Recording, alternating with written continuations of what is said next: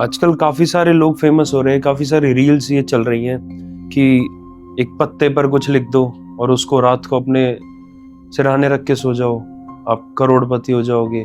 कोई मंत्र का उच्चारण कर लो, आप उससे आपके पास पैसा आ जाएगा।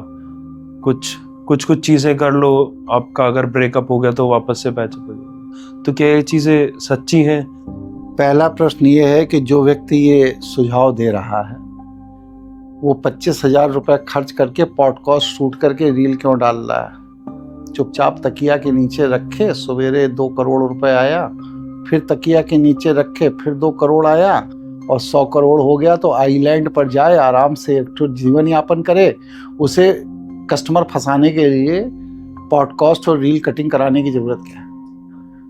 इसी से समझ लीजिए कि ये फ्रॉड है। तो जो असली तांत्रिक होते हैं उनकी, जैसे अभी आपने कहा कि उनको कोई अपेक्षा नहीं होती, कोई अपेक्षा, तो वो बिना अपने स्वार्थ के करते हैं, खूब बिना करते अपने हैं, स्वार्थ हम के। लोग ही करते हैं।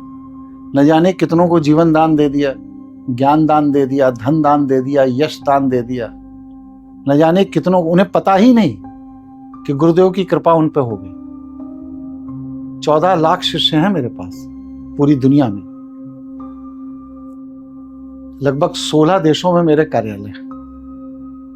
और बस कुछ नहीं, वो वहां आते हैं, भगवान शिव को प्रणाम करते हैं, कृपा के योग्य विषय है, कृपा हो जाती है। ठीक है गुरुजी, तो तंत्र विद्या करने के लिए कौन कौन सी सामग्रियों का? मैंने बताया ना कि इससे हम लोग आगम पद्धति के तांत्रिक, हमें कुछ नहीं चाहिए, बस सिर्फ एकाग्रता चाहिए, वो भी चंद सेकंडों की। और जो निगम पद्धति के तांत्रिक हैं उसमें अलग अलग उद्देश्यों की प्राप्ति के लिए अलग अलग संसाधन, लेकिन अब वो संसाधन ही नहीं उपलब्ध हैं। अब जैसे उदाहरण देता हूं कि अगर मोती का प्रयोग करना हो तंत्र में तो बसरा की मोती चाहिए। बसरा की मोती मिलेगी। विशेष जड़ी बूटी, जैसे हम लोग कहते हैं ना कि दालचीनी का पाउडर, ये तेज पत्ता, या इसका प्रयोग करेंगे, वो करेंगे, इससे भस्म बनाएंगे। भाई दालचीनी का भस्म के लिए दालचीनी के पेड़ भी तो 17-18 तरह के हैं।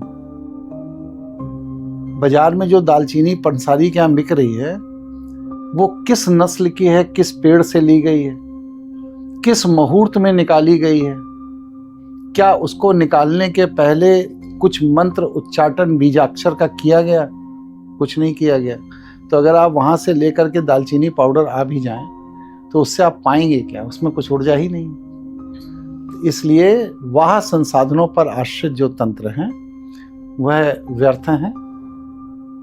आदमी को आगम पद्धति के तंत्र विधान पर सबसे ज्यादा काम करना चाहिए। ये सबसे सटीक है, इसमें किसी संसाधन की